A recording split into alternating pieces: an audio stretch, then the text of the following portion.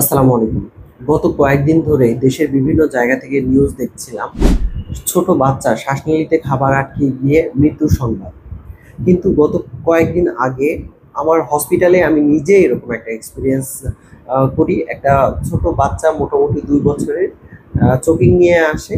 আমরা হসপিটালে তার তেমন কিছুই পাই না, সিপিআর দিয়ে একটু সেভ করার চেষ্টা করি, কিন্তু আসলে সম্ভব হয় না, বাচ্চাটি মারা যায়। বি- এই সিনটা দেখে আমার আসলে অনেক বেশি খারাপ লাগে। সেজন্য মনে হলো যে একটা বাচ্চা যদি চোকিং হয়, মানে শ্বাসনালীতে খাবার আটকে যায়, তাহলে কি করণীয়, এটা আমার মনে হয় প্রতিটা মানুষেরই জেনে রাখা উচিত। আজকের ভিডিওতে খুব সংক্ষেপে এটাই তুলে ধরবো। প্রথমে যদি কোনো বাচ্চার শ্বাসনালীতে খাবার যায় আর সে যদি কাশতে পারে, তাহলে অবশ্যই তাকে কাশতে দিতে হবে। কাশতে দিলে সে, আশা করি, জিনিসটা ক্লিয়ার হয়ে যাবে।